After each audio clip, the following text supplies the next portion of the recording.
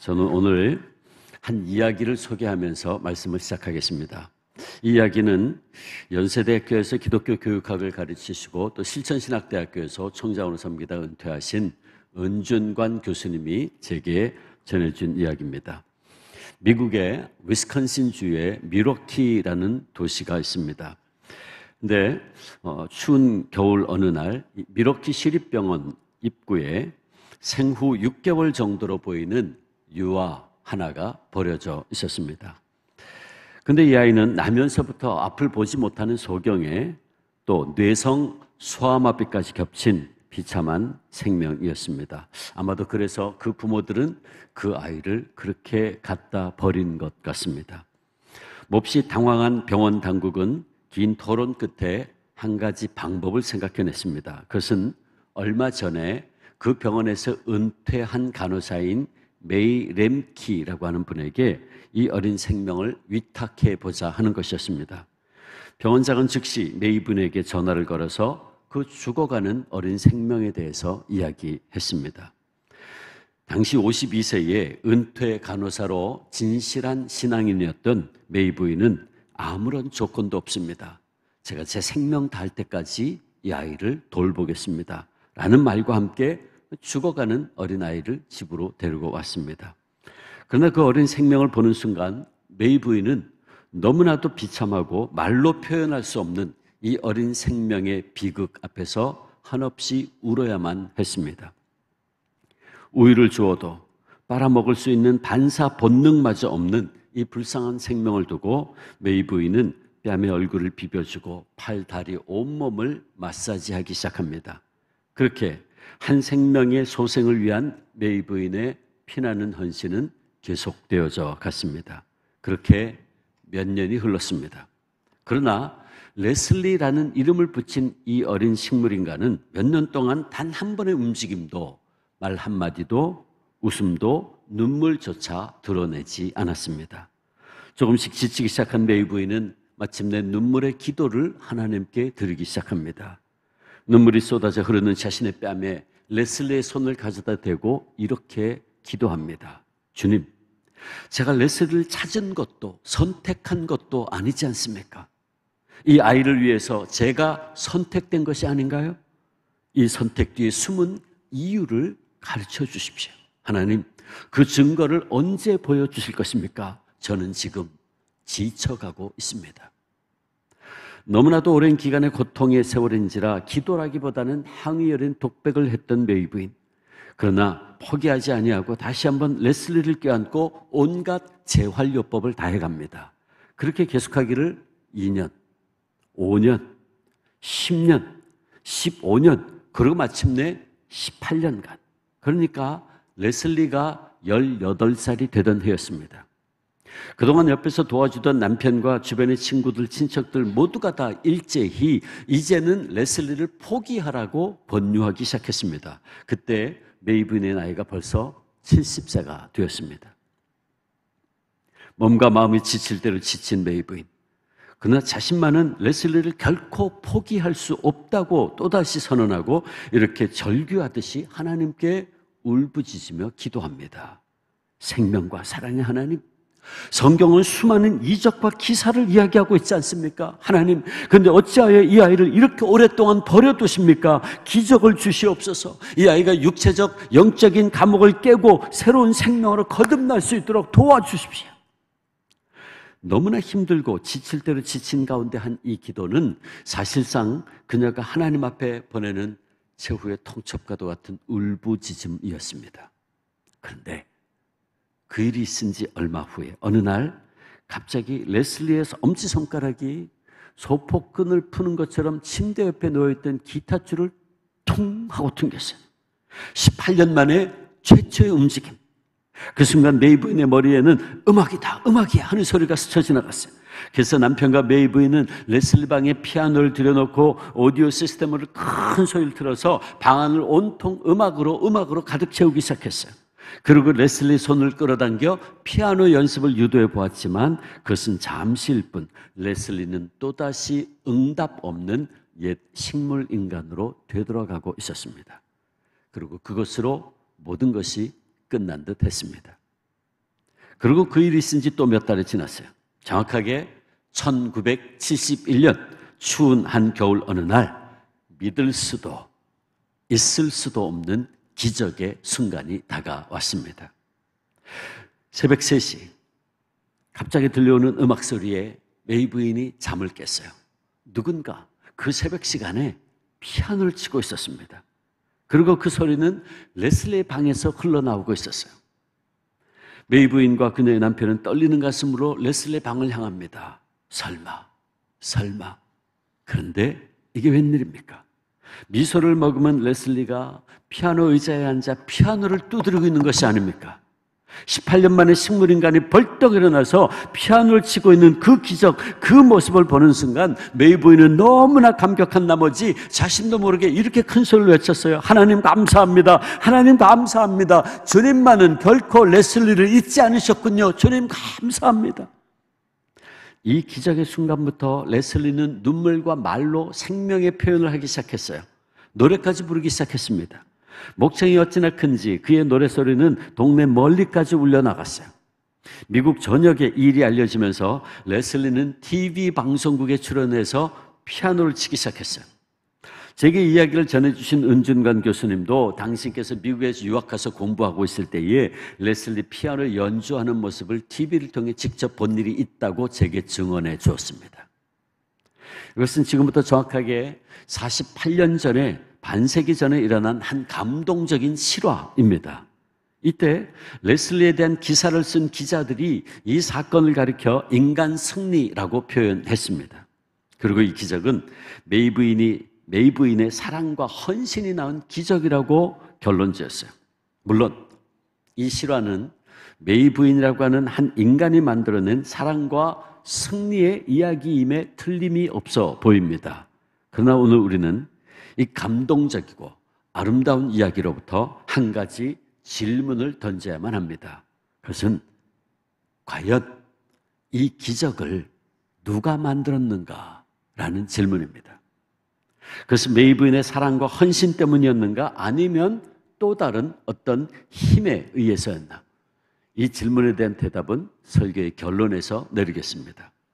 여러분, 우리 기독교인들이 이렇게 메이 부인처럼 우리의 삶의 어려운 순간마다 하나님 앞에 나아가 간절히 기도합니다. 그리고 하나님의 도우심을 구하죠. 그리고 우리는 기도를 통해서 하나님과 대화하고 또 하나님의 음성을 듣습니다. 그러므로 우리의 신앙이 살아 숨쉴 수 있는 생명력은 기도에서부터 온다고 해도 과언이 아니지요. 기도는 살아계신 하나님과 우리 영혼의 대면이고 우리의 영혼의 호흡이기 때문입니다. 그런데 우리는 하나님과 영혼의 대면이고 또 우리 영혼의 호흡이라고 할 수 있는 이 중요한 기도를 때때로 소홀히 하든지 아니면 아예 잊고 지내고 있는 것 같습니다. 우리는 신앙생활을 하면서도 마땅히 기도해야 될 때 기도하지 아니하고 또 기도한다고 해도 바르게 구하지 않는 경우가 종종 있습니다. 그러나 기도는 우리가 마땅히 해야 할 가장 중요한 일이죠. 기도는 생각나면 하고 생각나지 않으면 안 해도 되는 것이 아니에요. 오늘 본문에 보면 마땅히 기도할 바라 그랬어요. 무슨 얘기입니까? 기도는 마땅히 해야 된다. 당연히 해야 된다는 거죠. 기도는 우리 영혼의 호흡이에요. 여러분, 만약 우리가 호흡을 안 하면 어떻게 되죠? 죽습니다. 죽어요. 어떤 목사님이 모든 질병이 감기에서 시작되듯이 모든 신앙의 문제는 기도하지 않는 데서부터 시작된다 그랬어요. 정말 그렇습니다. 기도가 고장이 나면 결국 우리 영혼에 악마의 바이러스가 침투해 들어옵니다. 그럼 우리는 병들게 돼 있어요. 감기가 발전해서 폐렴이 되고 폐렴이 발전해서 폐암으로 가건 결국 죽듯이 우리가 기도하지 않는 데서부터 영적인 침체가 오고 결국은 영적인 폐배로 이어지고 영적으로 죽습니다. 근데 우리는 때로 내가 죽어가고 있다는 것을 몰라요. 그래서 기도하기를 쉬는 죄를 범하는 때가 종종 있습니다. 먼저 우리 육신의 연약함이 우리의 기도를 방해합니다. 기도해야 하는 걸 알면서도 우리는 때때로 육신의 연약함 때문에 기도하지 못하는 경우가 많아요. 예수님의 제자들 겟세마네 동산에서 예수님께서 땀이 피가 되도록 간절히 기도하시다가 당신을 위해서 기도해달라고 3번 부탁하셨어요. 그런데 예수님의 제자들 육신이 피곤해서 잠자고 있었습니다. 예수님 간절히 기도하고 마지막 세 번째로 기도를 마치고 또 제자들에게 갔을 때 여전히 제자들은 피곤해서 잠자고 있었어요.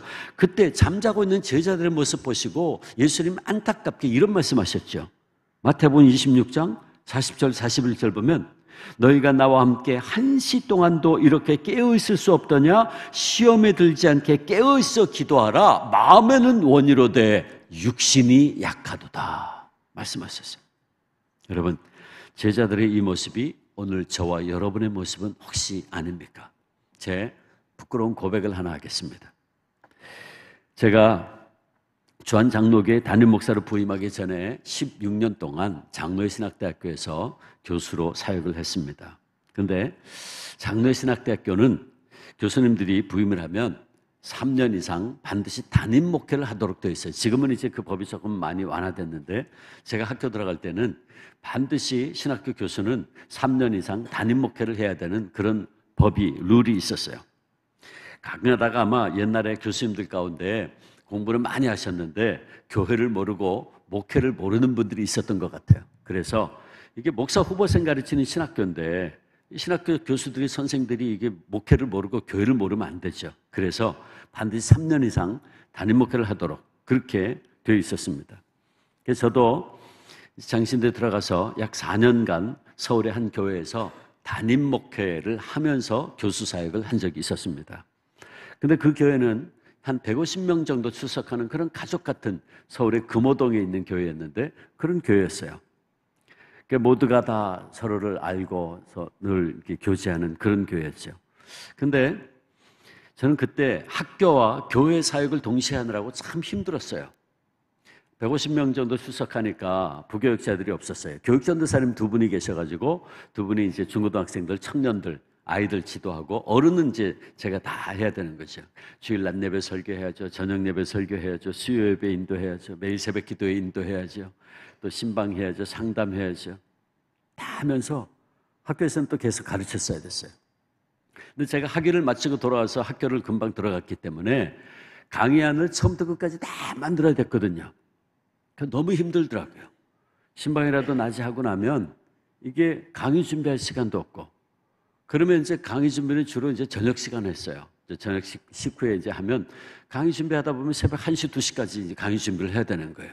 처음부터 끝까지 강의안을 다 만들어야 되니까. 그러면 한 2-3시간 자고 또 새벽 기도에 인도하러 가야 되는 거예요. 너무 힘들더라고요. 한 학기 지나면 학기 말쯤 되면 입안이 다 헐고 너무 힘들었어요. 근데 그때 저를 참 힘들게 했던 게 한 가지 있었습니다.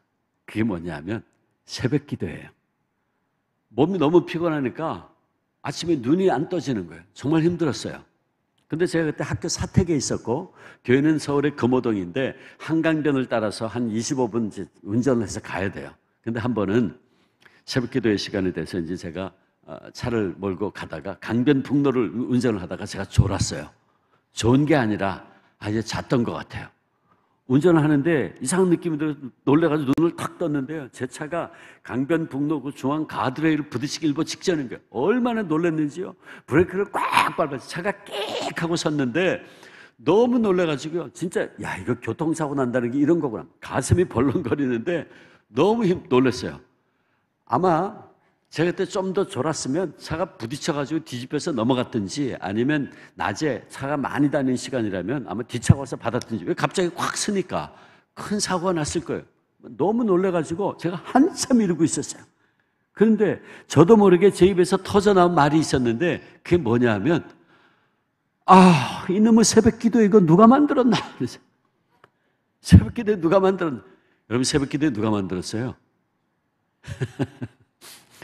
예수님 늘 미명에 한적한 곳에 가셔서 기도하셨죠.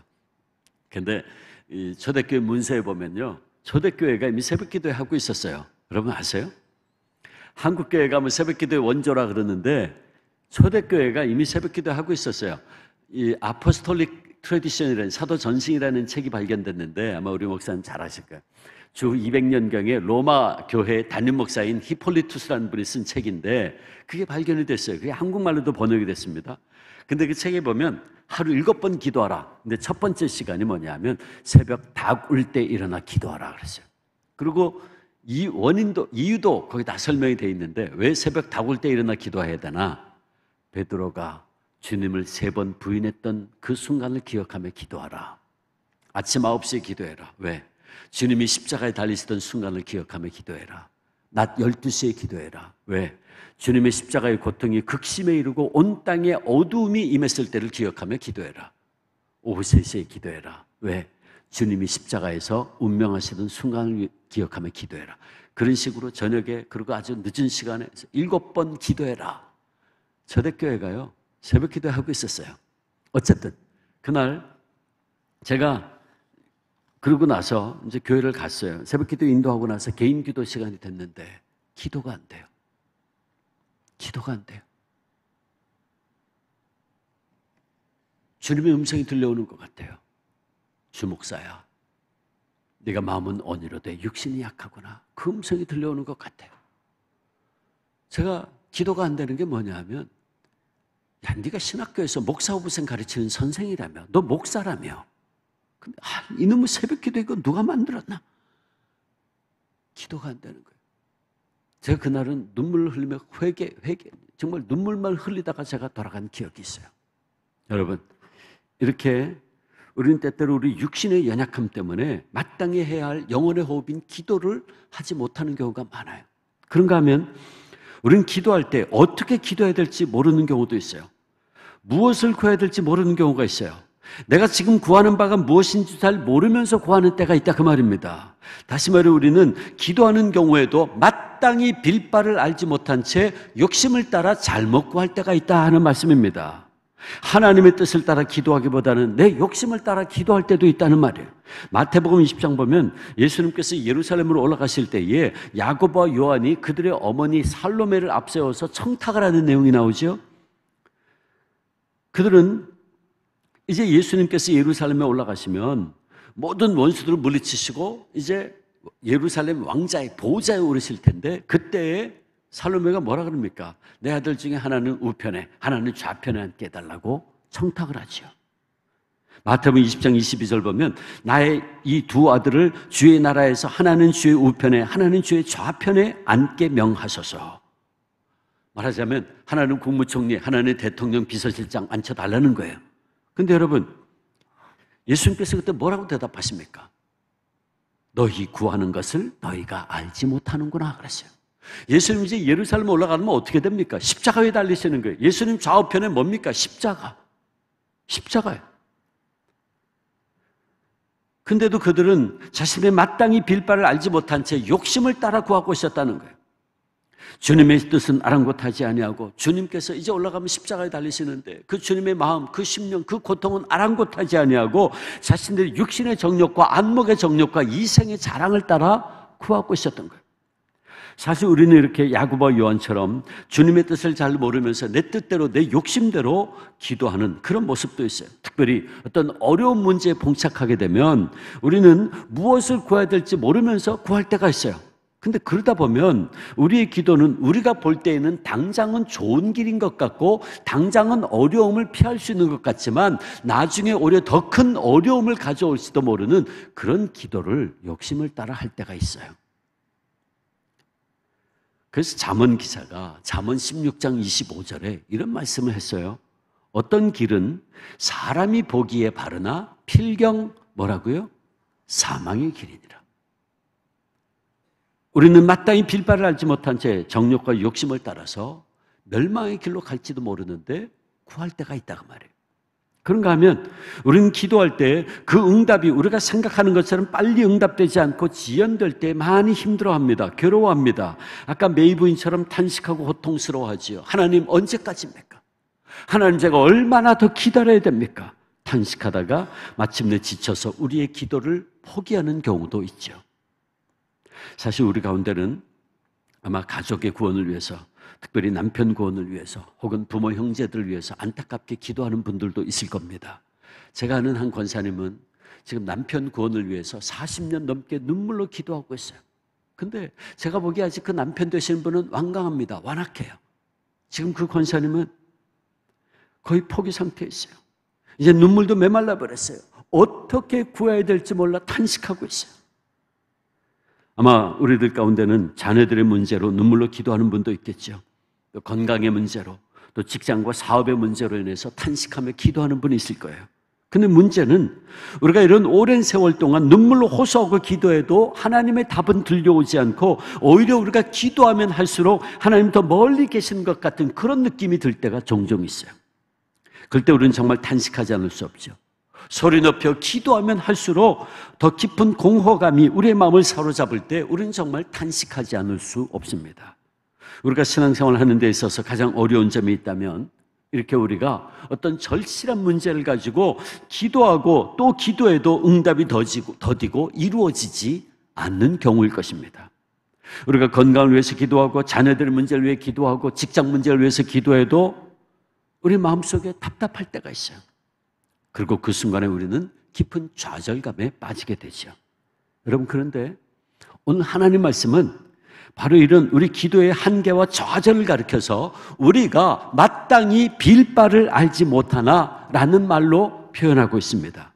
바울은 이렇게 좌절감 가운데 빠져있는 우리를 가리켜 우리는 마땅히 빌 바를 잃어버린 자들이라고 말씀하고 있는 거예요.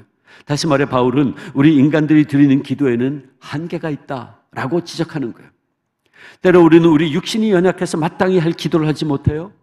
그런가 하면 우리는 우리가 구하는 것이 무엇인 줄 잘 모르면서 정욕대로 구할 때가 있어요.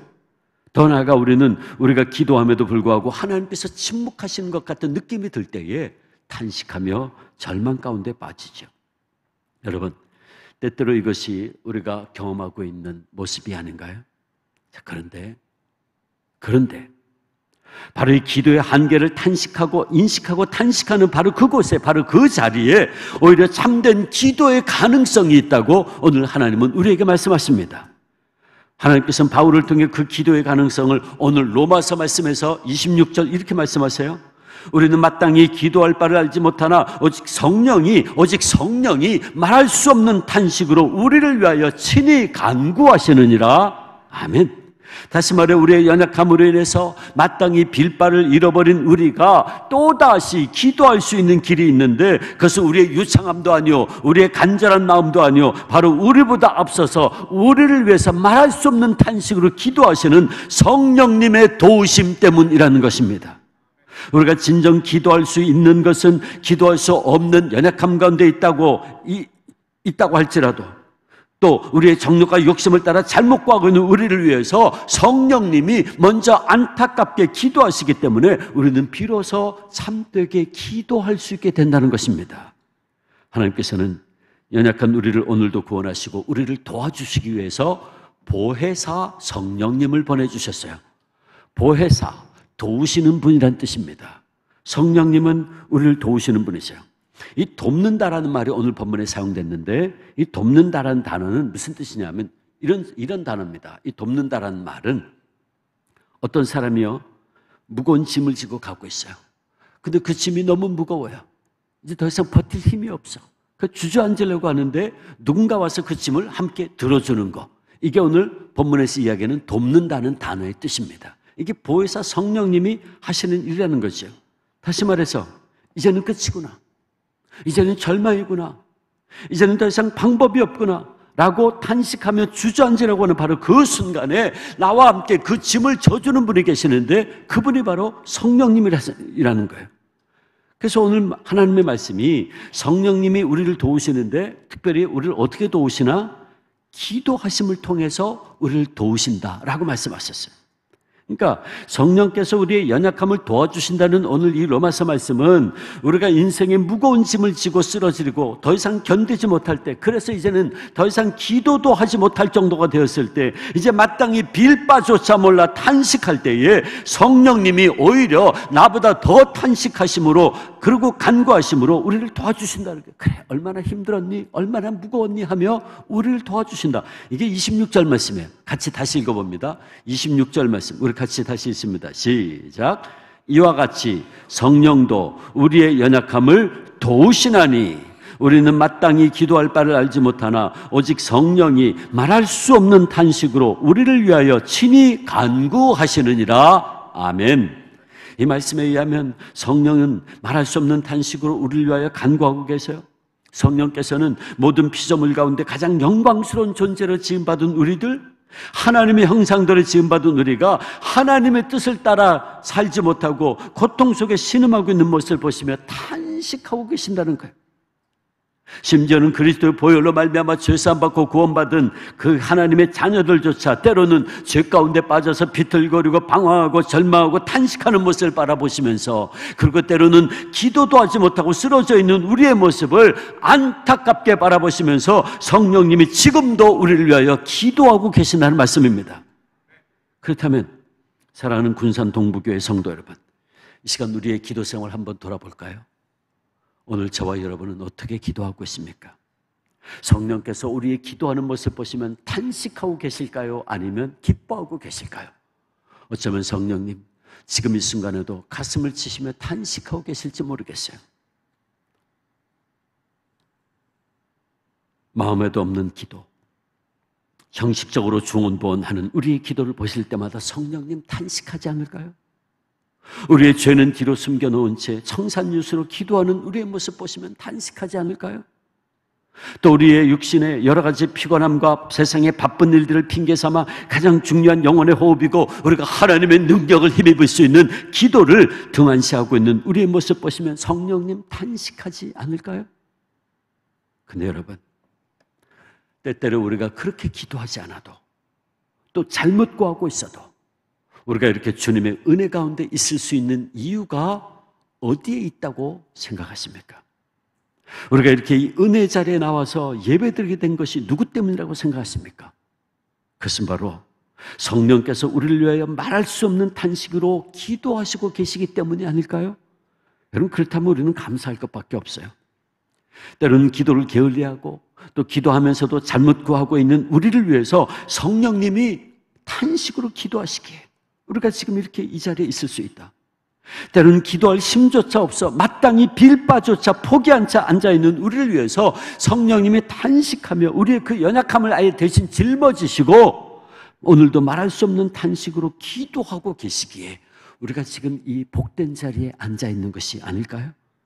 여러분, 정말 성령님의 탄식의 기도가 없으면 어쩌면 저와 여러분은 지금 이 자리에 앉아있을 수 없을지도 몰라요. 근데 우리가 때로는 기도하지 않아도, 때로는 우리가 주님의 뜻에 순종하지 않아도 이렇게 이 자리에 있는 것은 정말 성령님의 간구하심 때문입니다. 그러기에 저는 오늘 27절 말씀이 또 얼마나 위로가 되고 힘이 되는지 몰라요. 27절 같이 읽습니다. 시작. 마음을 살피시는 이가 성령의 생각을 아시나니 이는 성령이 하나님의 뜻대로 성도를 위하여 간구하심이니라. 아멘.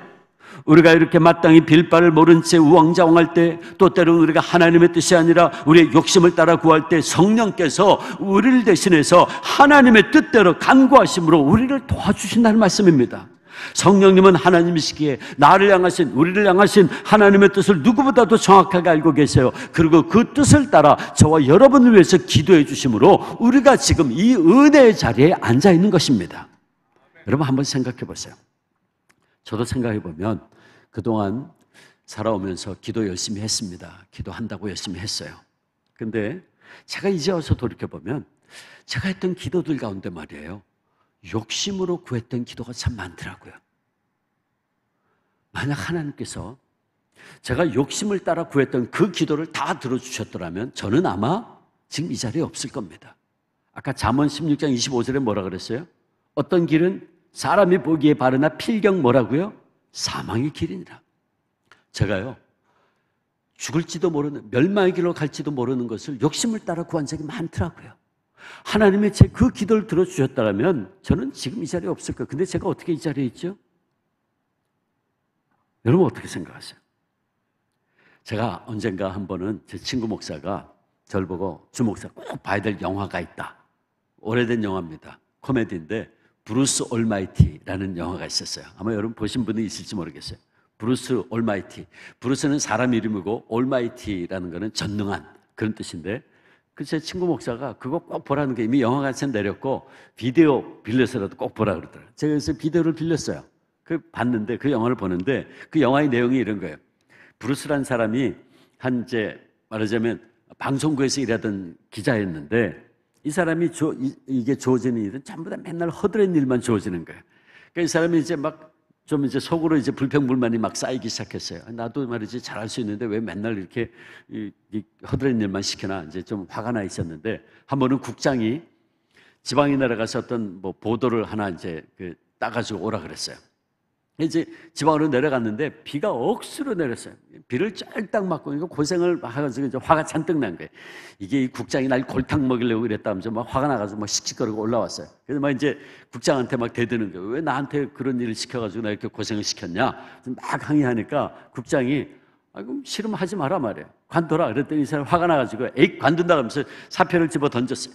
집어 던지고는 발을 뻥뻥 차면서 이제 나왔는데 뭐 직장도 떨려난 거예요, 이제. 그러니까 할 것도 없고. 그러니까 이제 막 이 사람이 막 불평불만이 가득 차가지고 하나님한테 이제 막 삿대질을 하면서 이제 원망을 하는 거야. 하나님 어떻게 이럴 수 있습니까? 불공평합니다. 이게 뭡니까? 나 이제 직장도 떨려놨다고 하면서 막 이제 화를 내고 있는데 그 영화에 하나님이요. 이 친구 앞에 딱 나타나셨어요. 근데 그 하나님 역할을 한 배우가 유명한 모건 프리만이라고 하는 흑인 배우인데 이 사람이요 흰 모자 쓰고 흰 양복에 흰 바지에 흰 빼꾸도 딱 신고 나타나신 거예요. 그 하나님이 야 이 녀석아 너 뭐가 그렇게 불평불만이 많냐? 아니 하나님 맞습니까? 어떻게 이럴 수 있습니까? 이게 뭡니까? 이게 불공평하고 나 이제 직장까지 떨려놨으니 이게 뭐냐고 하면서 막 이야기를 하는 거예요.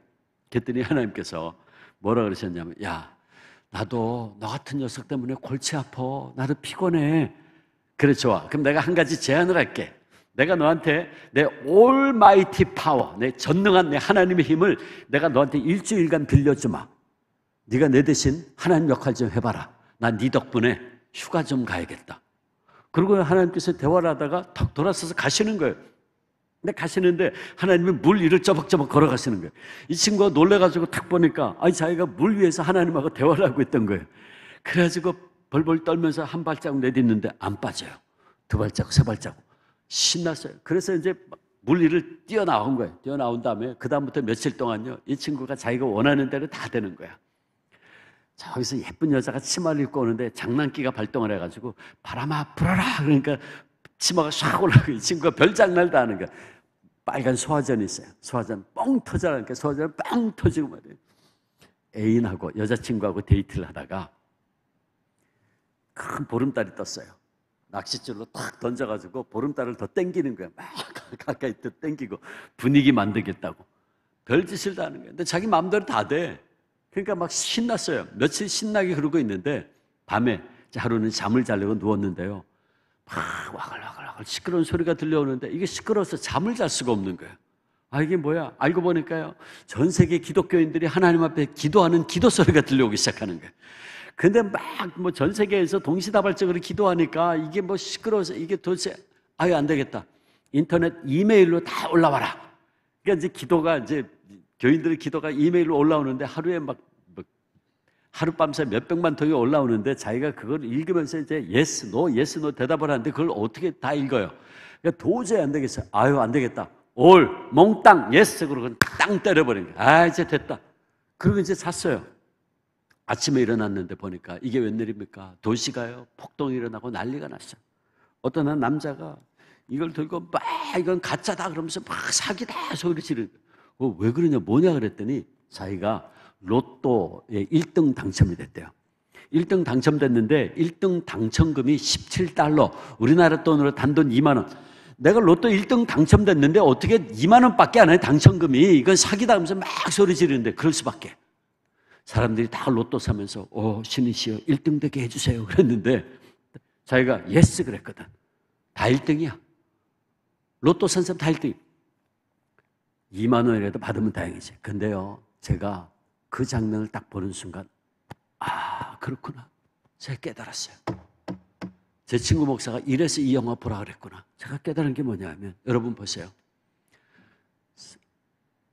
하나님께서 만약 로또 1등 되게 해주세요. 사람들 로또 복권 사는 사람들 다 그렇게 기도를 했는데 예스 그러니까 다 1등이야. 그랬더니 사기라고 난리가 나고 막 도시가 사람들이 차를 불지르고 뒤엎고 막 난리가 난 거예요. 제가 그걸 보는 순간 그렇구나. 우리가 만약에 우리가 각자가 다 원하는 대로 욕심을 따라 구하는 것 하나님 다 이루어 주신다면 아마도 지금 이 지구는 벌써 지옥이 됐을 것이다. 여러분 그런 생각 안 드세요? 한번 제 예를 들어볼까요? 지금은 이제 그런 생각이 많이 사라졌지만 옛날에는 무조건 하여간 아들 달라고 남아선호 사상이 있었잖아요. 다 아들 낳게 해주세요. 그럼 만약에 하나님께서 예스 그러면 어떻게 될까요? 다 남자애만 태어나. 그러면 한 세기가 지나면 어떻게 될까요? 세상에는 시커먼 남자들만 다 남게 될 거 아닙니까? 그러면 인류는 어떻게 되고 멸망하는 거지. 멸망하는 거예요. 여러분, 하나님께서요, 성령께서 기도하시기를 하나님, 저녁 지금 저거 자기가 죽을 줄도 모르고 욕심을 따라 지금 달라고 하는데 하나님 뜻은 이게 아니죠. 하나님 뜻은 이것이죠. 하나님의 뜻대로 이루어 주십시오. 성령께서요, 지금도 저와 여러분을 위해서 그렇게 기도하시고 계시기에 우리가 지금 이 은혜의 자리에 앉아있다 그 말입니다. 그래서 저는 27절 말씀, 마음을 살피시는 하나님께서 성령의 생각을 아시나니 이는 성령이 하나님의 뜻대로 성도를 저와 여러분을 위하여 간구하심이니라. 이 말씀이 얼마나 은혜가 되는지, 얼마나 위로가 되는지, 그래서 우리가 지금 이 은총의 자리에 있다 그 말이에요. 자, 이제 아까 초두에 말씀드렸던 48년 전의 감동적인 이야기를 통해 오늘 말씀의 결론을 내리겠습니다. 식물인간 레슬리를, 인간적으로 완전히 불가능이었던 그를 구원해낸 이 기적의 주인공은 과연 누구였습니까? 이 기적의 주인공은 엄밀히 말씀드리면 메이 부인이 아니었어요. 비록 그 사건을 보고 기자들은 그 기적의 역사가 메이 부인의 헌신적인 사랑과 희생 때문이었다고 결론 내줬지만 그러나 그것은 잘못된 결론이었습니다. 비록 메이 부인의 헌신과 사랑은 초인간적이었지만 그렇다고 그 기적을 메이 부인이 만든 것이 아니었어요. 그 불가능을 가능케 했던 분은 메이 부인의 헌신 훨씬 이전부터 기도할 수조차 없던 레슬리의 불쌍한 영혼과 삶 속에 오셔서 말할 수 없는 탄식으로 친히 레슬리를 위하여 간구하시던 성령님, 바로 성령 하나님이 이 기적을 만들어내신 분이십니다. 다만 메이 부인은 이 하나님의 놀라운 사건 통해서 소중한 하나님의 도구요, 하나님의 증인이었을 뿐이었죠. 여러분, 이 시간 우리는 마땅히 빌바를 잃어버린 우리를 위해서 지금도 말할 수 없는 탄식을 기도하시는 성령님의 간구하는 소리를 그러므로 이제 들으십시다. 우리의 정욕과 욕심으로 기도하기 전에 먼저 무릎 꿇어 성령님의 기도 소리를 들으십시다. 그때 우리는 비로소 하나님이 기뻐하시는 기도를 들을 수 있게 될 것입니다. 그러므로 우리가 골방으로 들어가면 함께 들어오시고, 우리가 무릎을 꿇으면 함께 무릎을 꿇으시고, 우리가 탄식하면 함께 탄식하시는 성령님의 도우심의 역사가 언제나 우리와 함께 하심을 이제 믿음의 눈을 활짝 열고 바라보십시다. 육신이 지쳐 기도하기 어렵습니까? 구하되 잘못 구하고 있지는 않습니까? 마땅히 빌바를 알지 못해서 탄식하는 분이 있습니까? 너무나도 큰 시련에 억눌려 어떻게 기도해야 될지 몰라 탄식하는 분이 있습니까? 조용히 무릎 꿇어 내가 아파할 때 나보다 더 아파하시고, 내가 탄식할 때 나보다 더 탄식하시고 계시는 성령님의 기도 소리를 들으십시오. 지금 이 시간에도 저와 여러분의 연약함, 저와 여러분의 그 문제로 인하여 성령님 할 수 없는 탄식으로 기도하고 계세요. 그러므로 그 성령님의 기도 소리를 들으며 우리의 기도의 무릎을 다시 한번 회복하십시다. 여러분, 이 시간 혹시 기도하기를 포기하라는 분 있습니까? 아닙니다. 안 됩니다. 포기해서는 안 됩니다. 우리의 마음이 지쳐서 기도할 수 없고, 반주자, 눈물이 빗물처럼 흘러내릴 때 우리의 연약함을 아시고 사랑으로 인도하시는 분이 계세요. 우리를 위하여 누군가 기도하시는 분이 계세요. 내가 홀로 외로워서 내 마음이 무너질 때 나를 위하여, 우리를 위하여 기도하시는 분이 계세요. 그분이 누굽니까? 그분이 성령 하나님이십니다. 우리 이 시간 이 찬송 같이 하고 같이 기도하겠습니다. 마음이 지쳐서 기도할 수 없고,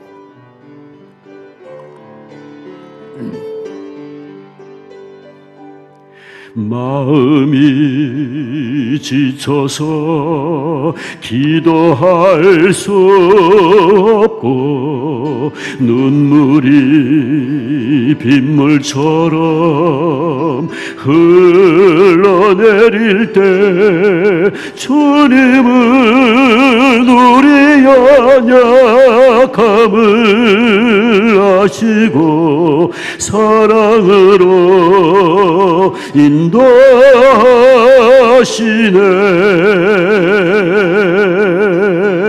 누군가 널 위하여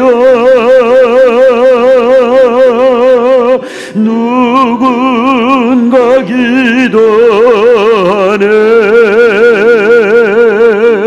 내가 홀로 외로워서 마음이 무너질 때 누군가 널 위해 기도하네.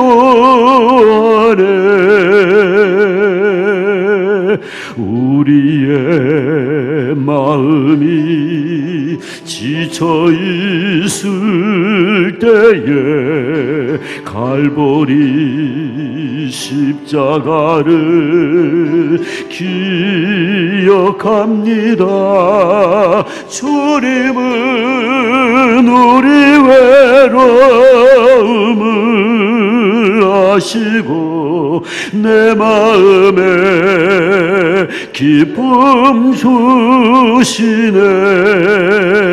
성령님 날 위하여, 성령님 날 위하여 성령님 기도하네. 내가 홀로 외로워서 마음이 무너질 때 성령님 날 위해 기도하네. 반주자 계속해 주세요. 여러분 그렇습니다.